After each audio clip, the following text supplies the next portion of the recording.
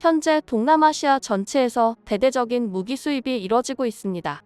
그 이유는 동남아시아 시장에서 우크라이나 전쟁으로 부족한 성능이 탄로난 러시아제 무기를 한국산 무기가 대체하려는 움직임이 보이고 있기 때문입니다. 주간지 이코노미스트지는 26일 우크라이나 전쟁 이전부터 감소 추세를 보였다. 동남아시아 국가의 러시아제 무기 구매는 전쟁 이후 급감했으며 다시 회복될 가능성이 낮다고 말했습니다. 이코노미스트지는 동남아 각국은 미국과 중국, 인도 등 강대국의 경쟁이 벌어지는 무대에서 살아남기 위해 강력한 국방력을 건설하려는 동인이 있다면서 싱가포르의 국방비가 국내 총생산의 3%에 달하는 점을 예로 들었습니다. 이는 그리스, 러시아, 우크라이나를 제외하면 어떤 유럽 국가보다도 많은 비중이죠.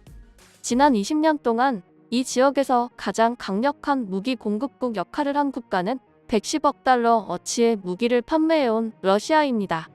그러나 최근 러시아제 무기 판매는 그 기세가 꺾이고 있습니다. 대표적으로 베트남은 무기 도입 과정에서 부패 문제가 불거지자 러시아제 무기를 통한 군사 현대화를 보류했습니다. 인도네시아는 수다시-35 전투기 구매 계약을 포기했고 필리핀도 러시아제 헬리콥터 구매 계획을 보류했죠. 사실 동남아시아에서 러시아제 무기를 보류하는 것은 너무나도 당연한 움직임이었는데요. 지금처럼 러시아와 우크라이나 전쟁이 길어지고 중국의 위협이 있는 상황에서 국방력은 매우 중요한 시점입니다. 그런데 러시아제 무기가 우크라이나 전쟁에서 보여준 형편없는 성능은 동남아 국가들이 이들 무기를 꺼리게 만들었습니다.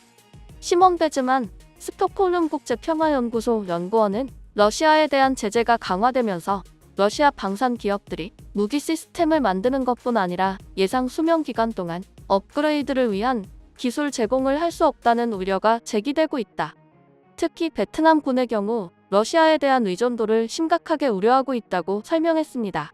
중국은 값싼 무기를 내세워 러시아제 무기의 공백을 노리는 대표적 국가이지만 이 지역에서 벌어지는 분쟁의 당사자라는 점이 발목을 잡습니다.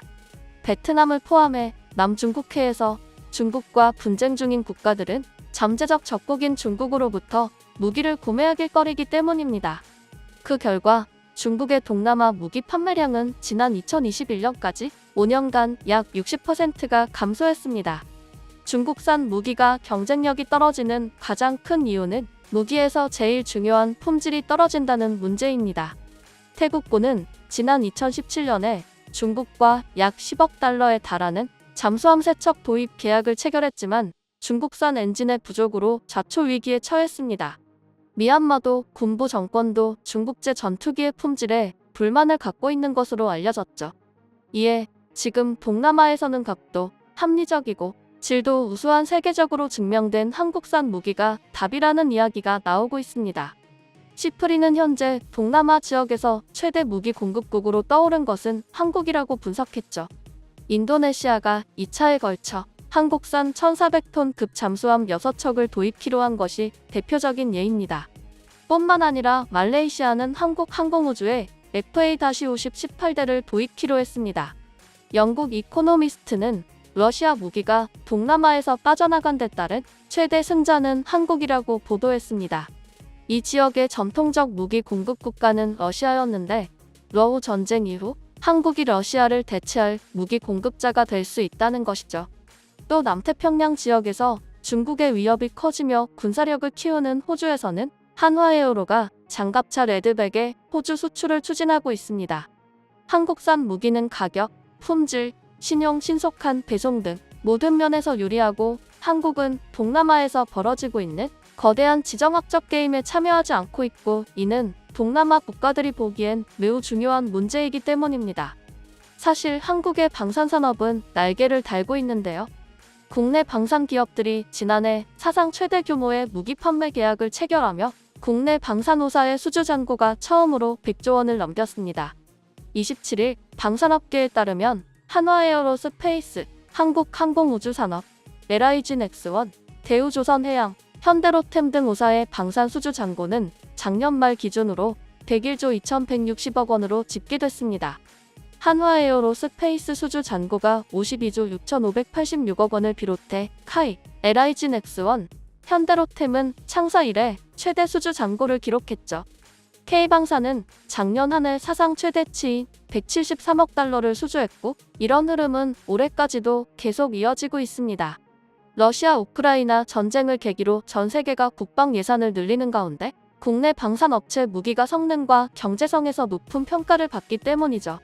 유럽, 중동뿐 아니라 동남아, 호주까지 무기 판매 영역을 넓히면서 우리나라가 자유민주주의 무기고 역할을 하고 있다는 평가까지 받고 있습니다. 국내 방산 기업들은 뛰어난 가성비와 철저한 납기 준수를 통해 해외 국가들의 러브콜을 받고 있습니다. 예를 들어 로우 전쟁에서 주목을 받았던 LIG 넥스원의 대전차 미사일, 현공은 미국제 FGM-148 제블린 대전차 미사일과 비슷해 한국판 제블린이라 불리는데 제블린보다 더 가볍고 정확성이 뛰어나지만 가격은 3분의 1 수준으로 알려졌습니다. 지난해 170억 달러를 돌파해 사상 최대 규모를 기록한 K방산에서 대전차 미사일, 지대지 미사일, 요격 미사일 등 각종 미사일들이 전차, 자주포, 경공격기 등에 이어 새로운 수출 주역으로 부상하고 있습니다. 미사일은 각종 첨단 기술의 집합체로 K방산 수출 수준을 한 단계 높여줄 것이라는 기대를 낳고 있는데요. 군 당국은 지난해 12월 중순 국방과학연구소 안흥시험장에서 청검 개량형 지대지 미사일과 최대 사거리 300km에 달하는 신형 천무의 지대지 미사일 시험 발사에 각각 성공했습니다. 청검 개량형 지대지 미사일은 국산 소형 무장헬기에서 발사하는 청검 공대지 대전차 미사일을 지상 발사 대전차 미사일로 개량해 K-21 보병 전투 장갑차에 장착한 것이죠. 우크라이나전에서 적 전차를 잡는 대전차 미사일의 중요성이 부각됨에 따라 청검 공대지 미사일을 지상에서 발사하는 미사일로 개량한 뒤 K-21 장갑차에 탑재, K-21 플러스 천검 체계를 만든 것입니다. 천무의 미사일은 천무 다연장 로켓 발사 차량에 탑재하는 단거리 지대지 미사일입니다.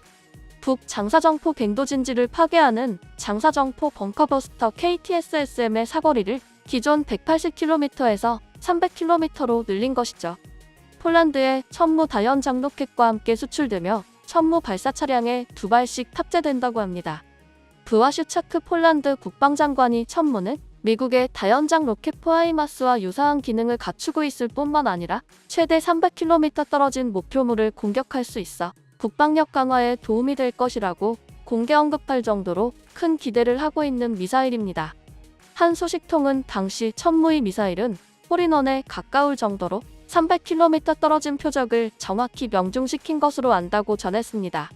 청검은 우리나라 최초의 국산 공대지 대전차 미사일로 최대 8km 떨어진 적 전차 등을 파괴할 수 있습니다.